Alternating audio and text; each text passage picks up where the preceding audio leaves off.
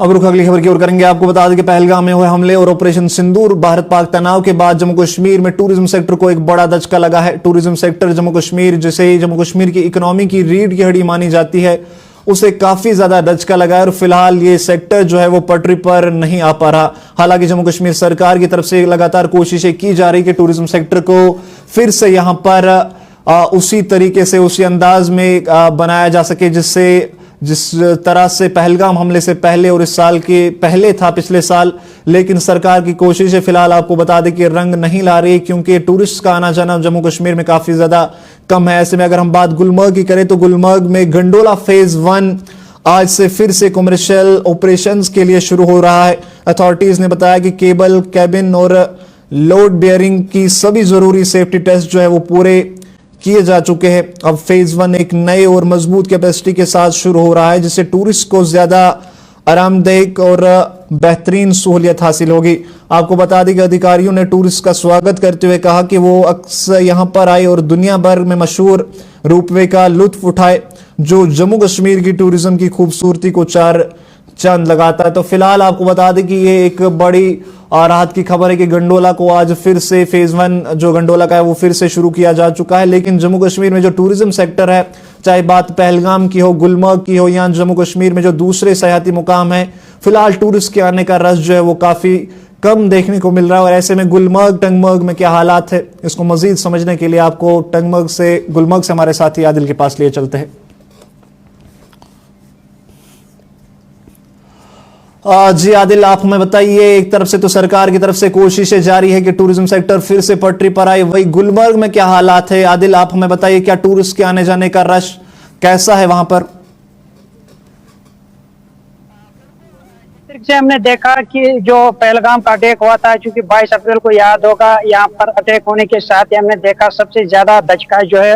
वो tourism sector को लगा था। उसके बाद हमने देखा कि जिस तरह ऑपरेशन सिंदूर चला, उस पर भी काफी ज्यादा हमने देखा कि जो यहाँ पर जितने भी टूरिस्ट प्लेस है उनको जो एहतियात के लिए सिक्योरिटी फोर्स की तरफ से या यहाँ की जो इंतजामिया की तरफ से बंद करना पड़ा। क्योंकि अगर आपको याद होगा कि 22 सितंबर को अगर हम गुलमर्ग की बात करेंगे, जहाँ पर जो गंडोला चाहे हम फर्स्ट फेज या सेकंड फेज की बात करेंगे, उसे मेंटेनेंस के लिहाज से जो है बंद रखा गया था और 29 तक जो है ये कहा गया था कि 29 तक इसकी मेंटेनेंस होगी। और इसमें हम देखते हैं जो ये मेंटेनेंस होती है ये ईयरली होती है। इसमें फ्रांस से कुछ टीम्स को बुलाया जाता है, वो इसमें टेस्ट करते हैं। चाहे हम इसमें हम ये कह सकते हैं कि चाहे केबल्स की बात करेंगे, केबल या लोड बेयरिंग के हवाले से बात करेंगे, ताकि जो राइड गंडोला की है, चाहे आम लोग इसमें सफर करते हैं या टूरिस्ट जो यहाँ पर आते हैं, इन्हें किसी तरह की कोई दिक्कतें ना हो। तो फिलहाल राहत की खबर ये है कि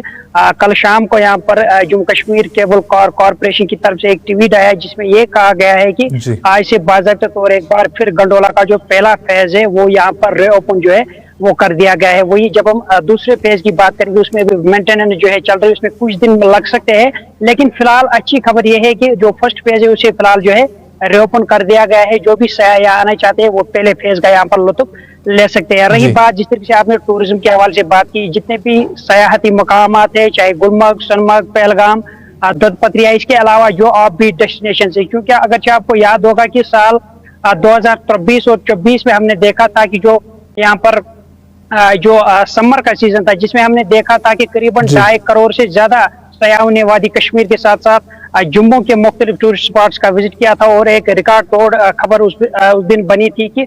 इतने संख्या में जो पर्यटक यहाँ पर आए थे। और यहाँ पर एक तो जब पर्यटक यहाँ पर आते हैं, इससे यहाँ पर मकामी लोगों को रोजगार भी मिल सकता है। लेकिन उसके बाद अगर हम इस वक्त सूरत हाल देखेंगे, खासकर गुलमर्ग की ही अगर हम बात करेंगे, पिछले कई दिनों से हम देख रहे हैं कि सयाहत में जो है यहाँ पर काफी ज्यादा दचका जो है वो लग चुका है। और यहाँ पर जो होटल्स है, रेस्टोरेंट से या जो शोरूम से वाबस्ता लोग है, टूरिस्ट गाइड से, एटीवी एसोसिएशन से, कहीं ना कहीं हम ये कह सकते हैं काफी ज्यादा असर जो है इस पर पड़ चुका है। और हम ये कह सकते हैं कि असर होने के साथ ही करीबन हम देख सकते हैं कि इसमें काफी सारा नुकसान, क्योंकि बहुत सारा यूथ जो है वो इसी के साथ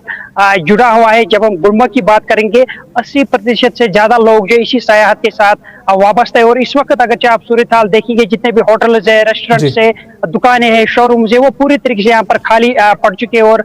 सयाहत पर असर होने के साथ ही यहाँ की इकानमी पर भी काफी ज्यादा असर जो है वो पड़ चुका है। तो जिस तरीके से कोशिश सरकार की तरफ से की जा रही है कि एक बार फिर सयाहत जो है वो पटरी पर लौट आए, कोशिश की जा रही है। मुख्य तरह के प्रोग्राम उस बाहर के देशों में चलाए जा रहे हैं, बाहर की स्टेट्स में चलाए जा रहे हैं, ताकि यहाँ पर सयाह एक बार फिर आए और यहाँ की वादियों का जो है लुत्फ ले सके। और उसके साथ ही हम ये देख सकते हैं कि मकामी लोगों का रोजगार जो है इससे चल सकता है। और फिलहाल इस वक्त जो सूरत हाल बनी है, लोग काफी ज्यादा परेशान है, जो खासकर सेहत के साथ वाबस्ता है, क्योंकि इस वक्त जो सिचुएशन बनी हुई है इकोनॉमी के लिहाज से बात करें, चाहे हम एग्रीकल्चर या हार्टिकल्चर की ही बात करेंगे, उसमें भी काफी ज्यादा नुकसान जो लोगों को झेलना पड़ रहा है। जिस तरह से यहाँ पर बारिशें हुई, हेल स्टॉर्म हुआ, क्लाउड बर्स्ट हुआ, उससे भी काफी सारा इकोनॉमी जो इस वक्त जम्मू कश्मीर की जो है वो काफी ज्यादा डाउन हो चुकी है। और अब कोशिश की जा रही है सरकार की तरफ से, लोग भी दुआ कर रहे हैं कि एक बार फिर ये चीजें जो है पटरी पर लौट आए, ताकि उनका रोजगार जो है एक बार फिर यहाँ पर चल सके। जी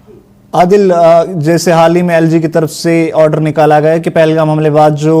कई सयाहती मुकाम जो है उन्हें बंद किया गया था एहतियात के तौर पर, तो जब से वो कुछ सयाहती मुकाम जो करीब 12 खोले गए, तो क्या तब से कुछ फर्क देखने को मिला? अगर नहीं देखने को मिला तो क्या जो कारोबारी है उनका क्या कहना है कि सरकार को कैसे कदम उठाने चाहिए जिससे उन्हें राहत मिले?